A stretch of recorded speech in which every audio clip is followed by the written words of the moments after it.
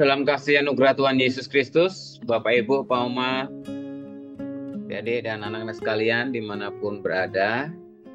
Kembali bersama saya Pendeta Adi Cahyono. Hari ini Selasa 30 Januari 2024 dalam program Sapaan Gembala GKI Derima, seri terakhir di bulan Januari, bulan pertama tahun 2024 ini. Saya akan menutup dengan tema menapaki masa depan, ialah di hari terakhir kedua bulan Januari ini. Kita tetap memiliki pengharapan dan dasar iman yang teguh dalam menjalani tahun 2024 ini. Dan di masa-masa mendatang, firman Tuhan yang saya pilihkan untuk kita renungkan dengan tema ini dari kitab Yosua pasal 1 ayat 1 sampai dengan ayat yang ke-9. Yosua pasal 1 ayat 1 sampai dengan 9. Sebelumnya mari kita berdoa. Bapa di surga, kami bersyukur untuk kesempatan yang baik dan indah kembali bersama kami akan membaca dan merenungkan firman. Tuhan tolong berkati kami agar kami beroleh maksud Tuhan berdasarkan firman-Mu ini untuk kami jalankan dalam kehidupan kami. Dalam nama Yesus kami berdoa. Amin. Inilah firman Tuhan dari Yosua pasal 1 ayat 1 sampai 9. Saya bacakan terjemahan baru jilid yang kedua. Sesudah kematian Musa, hamba Tuhan itu, berfirmanlah Tuhan kepada Yosua bin Nun abdi Musa itu demikian. Hambaku Musa telah meninggal, sebab itu bersiaplah sekarang.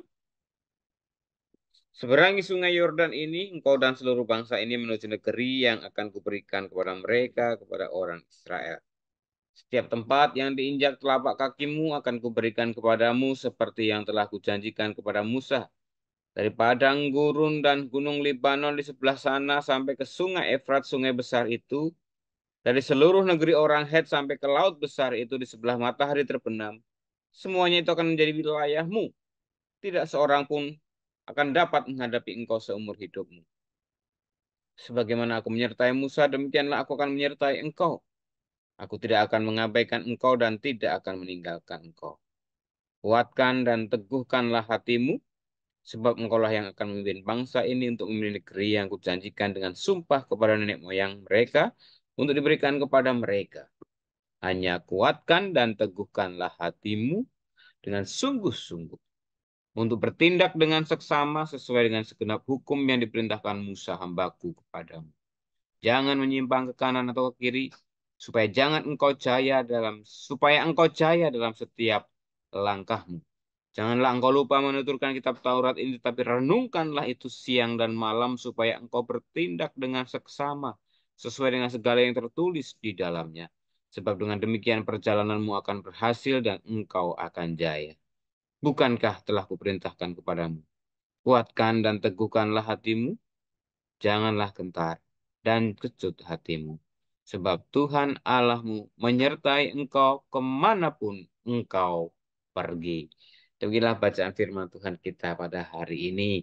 Ibu bapak sekalian yang dikasihi oleh Tuhan Yesus Kristus, firman Tuhan yang kita baca ini merupakan firman yang datang kepada Yosua. Siapakah Yosua? Yosua tertulis di sana adalah anak dari Nun. Dia adalah asistennya Musa, bujangnya kalau dalam istilah bahasa yang lama. Asisten, ajudan ya, yang selama ini memang sudah mendampingi Musa dalam memimpin bangsa Israel keluar dari tanah Mesir menuju tanah perjanjian Kanaan. Dan sesudah Musa mati, firman Tuhan dengan jelas menegaskan tugas kepemimpinan Musa dilanjutkan kepada Yosua. Sebagaimana tadi kita baca di ayat yang ke-6. Kuatkan dan teguhkanlah hatimu, sebab engkaulah yang akan memimpin bangsa ini untuk memiliki negeri yang kujanjikan dengan sumpah kepada nenek moyang mereka untuk diberikan kepada mereka. Tugas seorang Yosua bukanlah tugas yang mudah, bukan tugas yang ringan. Cukup bangsa yang besar, 650.000 orang, yang begitu tegar tengkuk, yang begitu sangat keras kepala, tidak mudah untuk menuruti firman Allah, taat kepada Allah. Sebuah tugas yang tidak mudah. Lebih lagi, tugas Yosua adalah memasuki tanah perjanjian yang selama ini disuarakan, diserukan sejak zaman Abraham.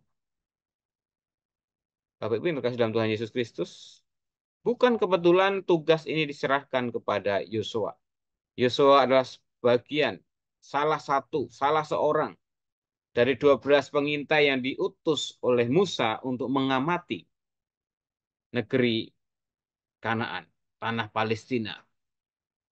Dari 12 orang itu hanya dua, Yosua dan Kaleb, yang memiliki pandangan perspektif positif tentang tanah Kanaan itu. Negeri yang melimpah dengan susu dan madu. Namun 10 orang yang lain mengatakan negeri yang ngeri, berbahaya. Orangnya raksasa, senjatanya luar biasa. Ada dua hal yang sangat berseberangan dari 10 orang dengan dua. Yang dalam dua orang tadi salah satunya adalah Yosua.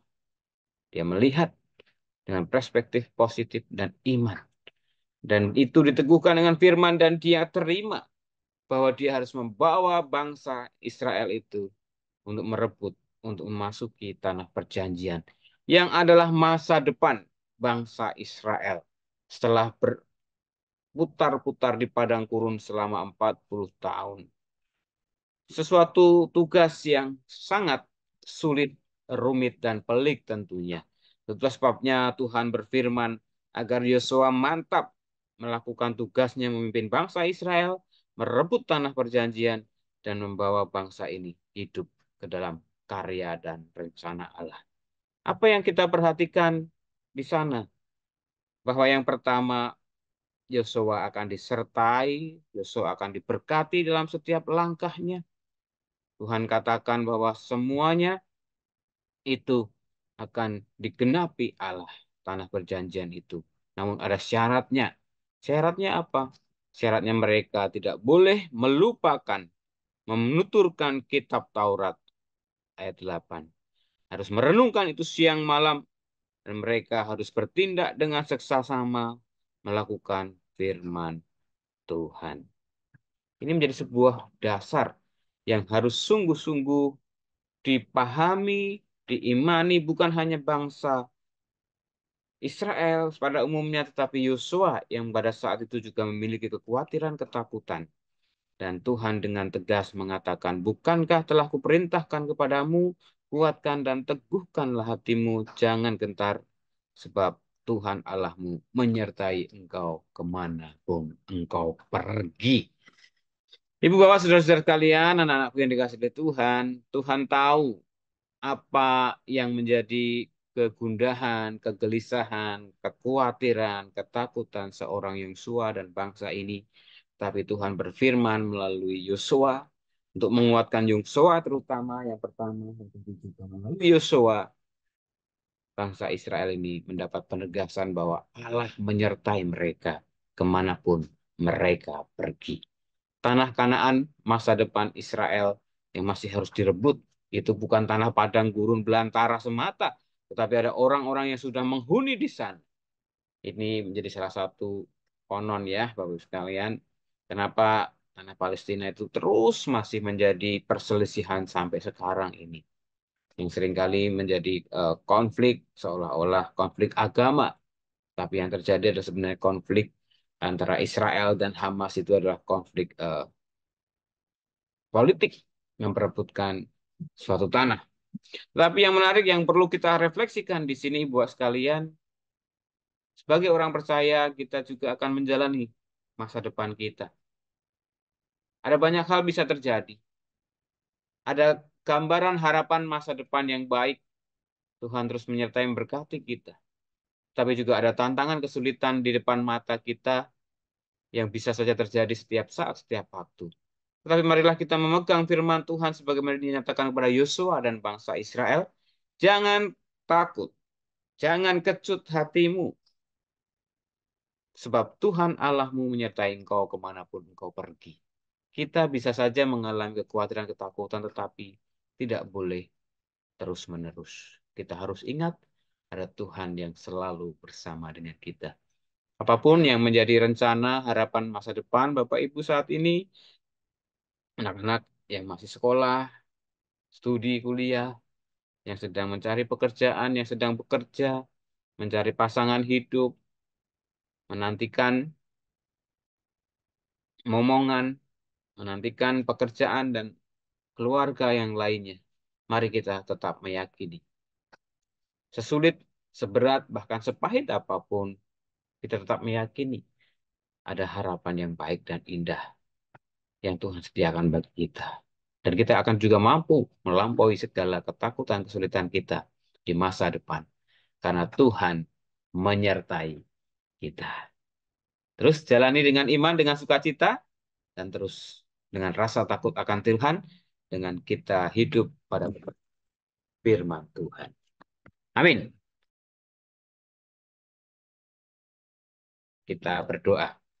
Bapa di surga, kami bersyukur kalau pada saat ini kembali kami membaca firman Tuhan yang meneguhkan iman kami dalam menjalani kehidupan kami di masa-masa yang akan datang.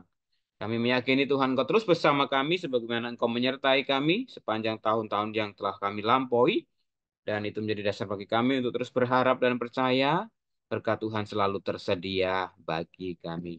Terlebih kami juga mau bersyukur bersama saudara-saudara kami yang berulang tahun tanggal 29 Januari, Ibu Viana Halim, Ibu Liong Pocin, Bapak Sugiyarto Halim, dan juga tanggal 30 Januari, Bapak Joelani, Bapak Riko Haryanto Huta Balian, saudara rival dari Felicia Octavianus, Justina Enstimoso, dan juga Christian Stefanus. Biarlah berkat Tuhan yang telah Engkau nyatakan sepanjang satu tahun perjalanan hidup ini menjadi dasar untuk mereka terus percaya dan berharap bahwa Tuhan juga yang akan berkati di masa-masa mendatang mereka.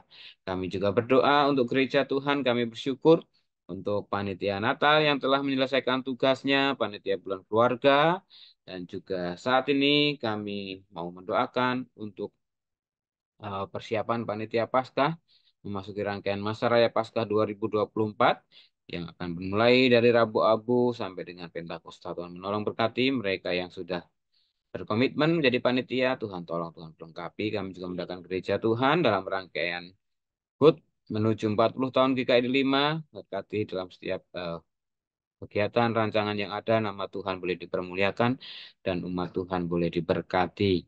Kami berdoa secara khusus sekali lagi untuk bangsa negara kami, karena tanggal 14 Februari nanti akan melakukan pemilu. Biarlah Tuhan menolong berkati. Segalanya boleh terjadi untuk hormat dan kemuliaan nama Tuhan. Bangsa kami berlangsung pemilu dengan rukun, dengan adil, dengan damai, dan jujur. Utamakan persatuan, kesatuan, kerukunan, dan perdamaian. Terima kasih. Kami serahkan kehidupan kami ke dalam tangan kasih kuasa Tuhan.